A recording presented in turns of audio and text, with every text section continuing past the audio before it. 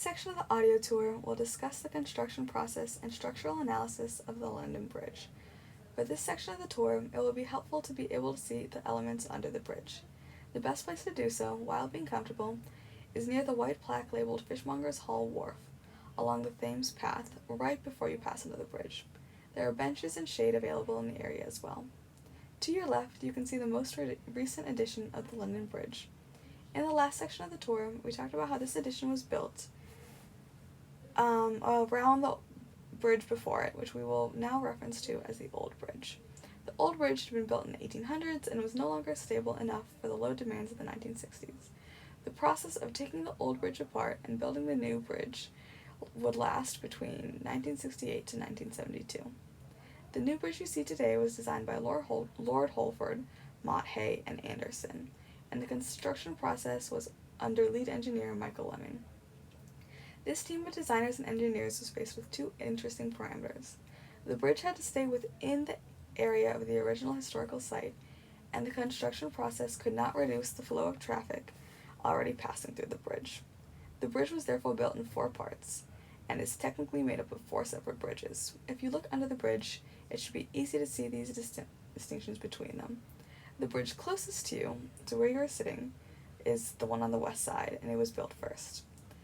First, the corbels of the old bridge were removed and carefully labeled and prepared for transportation to Arizona. Then the precast concrete was brought to the site, and the bridge was attached to the side of its predecessor. Once this was complete, some of the traffic was diverted onto the new bridge. The same was done on the other side. Then, half of the original bridge was torn down. Traffic continued to flow through the 2 new bridges and one half of the old one, while the new bridge was built in its place. Then the second half of the old bridge was torn down, and the 4 bridges were melded together.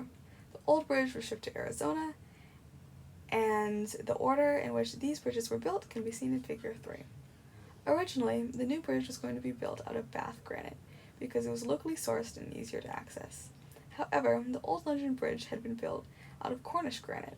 To respect the bridge's historical relevance, the new bridge was also built in Cornish granite. The granite was imported from Scotland and used as aggregate for the concrete mix. The concrete was cast and pre-stressed 3 miles upstream in the Surrey docks and then barged to the site along the river. The pre-stressed concrete is lighter and stronger under compression than it would have been if it had been poured on site. As you can see from this angle, each bridge is made up of 3 arches. The decks are made up of box and girders. Using figures 4 and 5, we will discuss how the weight of the bridge and the loads of the cars and pedestrians are distributed through these elements. To help describe the load directions, we will use x, y, and z coordinates labeled in the figures. The x direction is horizontal to you and parallel to the Thames walkway.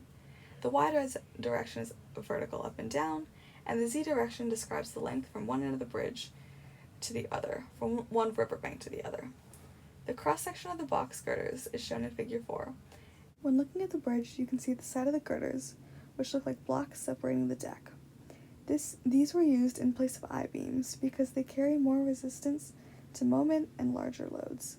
The box girders are taking flexural loads, both from the weight of the bridge itself and from the live loads of car traffic and pedestrians.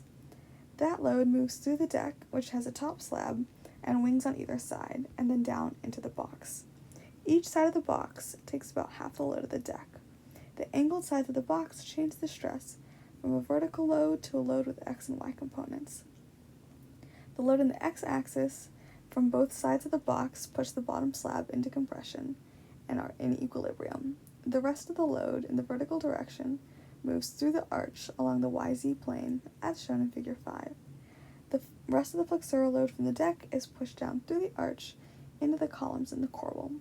The repetition of the 3 vertical arches allows some of the load in the z direction to cancel out, particularly in the middle arch, which is receiving c directional load and compression from half the arch on either side, and putting those z-axis loads in equilibrium.